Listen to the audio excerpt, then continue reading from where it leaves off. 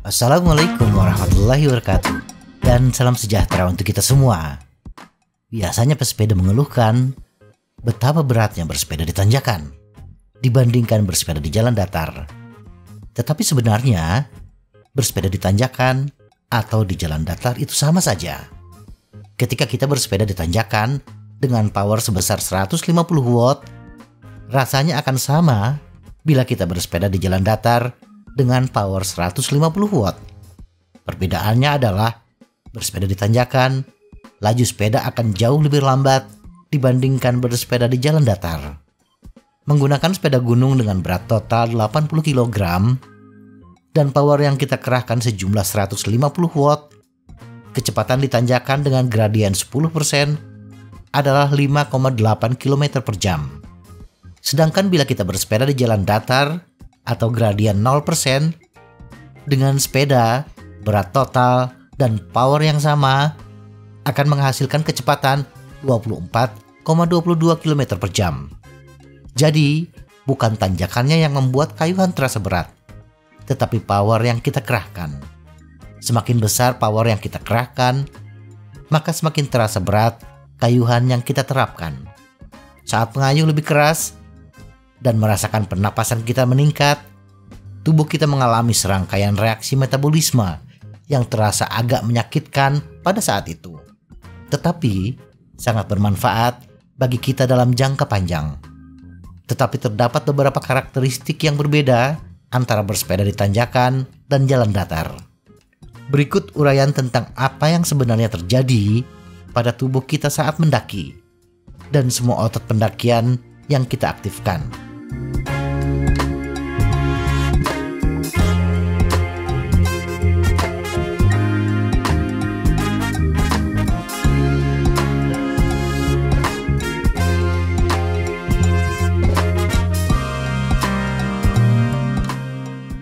Kaki.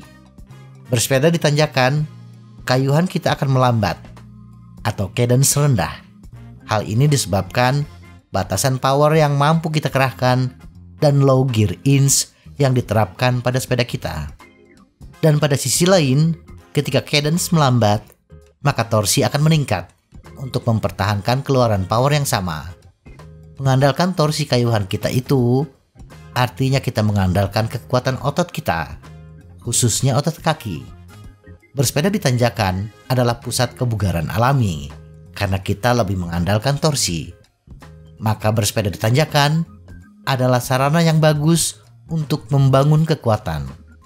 Besarnya kebutuhan power ketika kita bersepeda di tanjakan diakibatkan bekerjanya gaya gravitasi.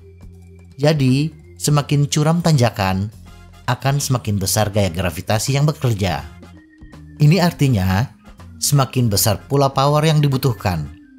Untuk power yang sama, semakin curam tanjakan, maka akan semakin mengecil kecepatan sepeda kita. Dan efeknya akan semakin menurunkan jumlah putaran pedal per menitnya, yang akhirnya akan memperbesar torsi yang harus kita terapkan. Semakin curam tanjakan, maka semakin besar torsi yang kita butuhkan. Itu berarti kita perlu merekrut lebih banyak otot untuk mempertahankan momentum ke depan. Bersepeda di tanjakan, terutama bersepeda dengan tetap duduk di sadel, akan melibatkan otot glutes, paha depan, dan betis kita ke tingkat yang lebih besar dibandingkan bersepeda di jalan datar dengan power yang sama. Hal ini karena ketika di jalan datar, kita masih bisa menerapkan cadence yang tinggi dengan torsi yang rendah, sehingga tidak terlalu membebani otot kaki kita. Bersepeda di tanjakan tidak hanya membangun koneksi neuromuskular, sehingga kita memiliki lebih banyak serat otot yang aktif dan siap membantu kita, tetapi juga memecah serat kecil di otot kita, yang pada akhirnya akan membangun kembali otot kita menjadi lebih kuat saat kita beristirahat. Cadence kita secara alami akan melambat saat menanjak, tetapi menargetkan cadence sekitar 75 hingga 80 rpm akan membantu menjaga kaki kita agar tidak lelah sebelum mencapai puncak. Caranya bisa dengan memilih gear inch yang lebih kecil atau meningkatkan keluaran power kita. Dan semakin sering kita bersepeda di tanjakan yang sama, maka akan semakin bagus kekuatan otot kaki kita.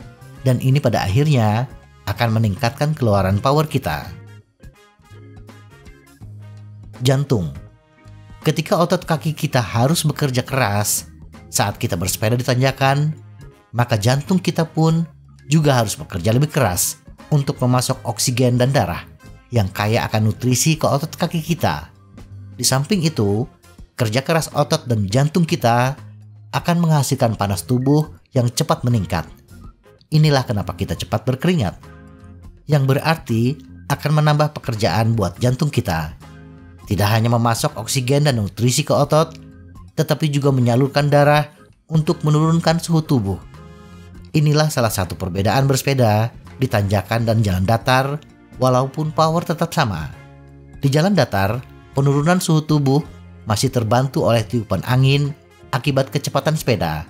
Sedangkan di tanjakan, karena laju sepeda yang rendah, peran tiupan angin tidak terlalu banyak untuk menurunkan suhu tubuh.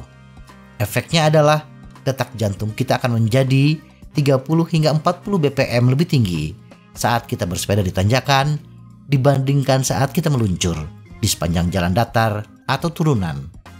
Apalagi bila kita bersepeda di tanjakan dalam posisi berdiri atau off saddle yang membutuhkan lonjakan power yang tinggi, menyebabkan detak jantung kita meningkat sekitar 5 hingga 10 detak lebih tinggi karena kita melibatkan tubuh bagian atas dalam gerakan. Lengan, bahu, dan punggung juga perlu mengonsumsi lebih banyak oksigen saat mendaki, dan oleh karena itu menuntut detak jantung yang lebih cepat. Semua upaya tersebut tentunya akan membuat jantung kita lebih terlatih dan lebih kuat, sehingga dapat memompa lebih banyak darah di setiap detaknya. Inilah sebabnya mengapa pesepeda yang bugar memiliki detak jantung istirahat 10 hingga 15 detak lebih rendah dibandingkan pesepeda yang tidak terkondisi. Kapiler. Tidak ada gunanya bagi jantung kita untuk memompa darah seperti hidran terbuka jika tubuh kita tidak dapat mengirimkan cairan penting itu ke semua otot yang membutuhkannya.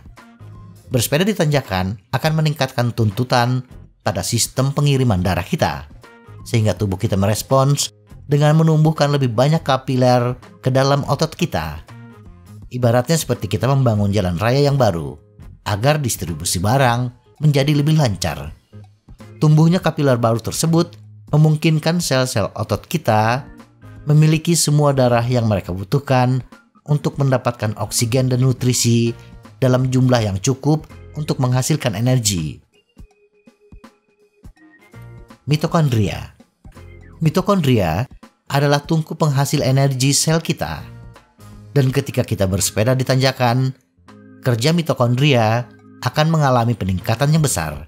Kebutuhan energi yang besar ini membuat tubuh kita beradaptasi dengan mengalihkan dan membangun mitokondria yang ada, yang membantu kita menggunakan oksigen lebih efektif, serta membersihkan laktat dan menggunakannya untuk energi. Itu sebabnya bersepeda di tanjakan membantu meningkatkan ambang laktat kita, yang pada gilirannya memungkinkan kita tetap aerobik dan membakar lemak dengan intensitas lebih tinggi. Meningkatnya jumlah dan daya tampung mitokondria ini berarti kita bisa bersepeda lebih cepat, lebih keras, dan lebih lama sebelum kita mengalami kelelahan.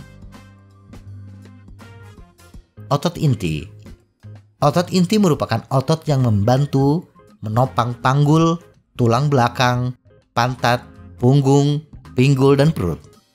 Kita menggunakan otot inti ketika bersepeda di tanjakan untuk mempertahankan platform yang kokoh agar kaki kita bekerja lebih keras. Perut, punggung, dan samping kita juga merupakan pusat transfer daya kita, karena daya yang kita hasilkan dengan cara menarik stang ditransfer melalui otot inti kita dan ditransmisikan ke tubuh bagian bawah untuk meningkatkan gaya yang dapat kita terapkan pada pedal. Otot-otot jangkar itu bekerja lebih keras untuk menstabilkan kita saat kita bersepeda off saddle. Dengan demikian, bersepeda di tanjakan akan membantu memperkuat inti kita, meningkatkan kekuatan otot inti ini agar kemampuan menaklukkan tanjakan semakin bagus. Kita bisa melatihnya dengan latihan beban, seperti squat, angkat beban, dengan tujuan membuat otot-otot inti tersebut lebih tahan lelah saat kita bersepeda. Otak. Pendakian adalah pelatihan mental sekaligus fisik. Sains telah menunjukkan bahwa self-talk negatif benar-benar memperlambat kita, dan self-talk positif membantu kita bertahan. Sepeda adalah tempat yang bagus untuk melatih otak. Untuk melakukan itu, katakan, "Kita bisa," sambil menjaga pernafasan kita tetap terkendali. Tetapkan tujuan kecil seperti sampai di tikungan berikutnya, dan visualisasikan kesuksesan sebagai pendakian yang panjang dan sulit. Setiap kali kita mencapai puncak, kita juga membangun kepercayaan diri yang lebih besar untuk menaklukkan yang berikutnya. Jadi teruslah mendaki. Semoga informasi ini bermanfaat. Tetap sehat. Salam goes.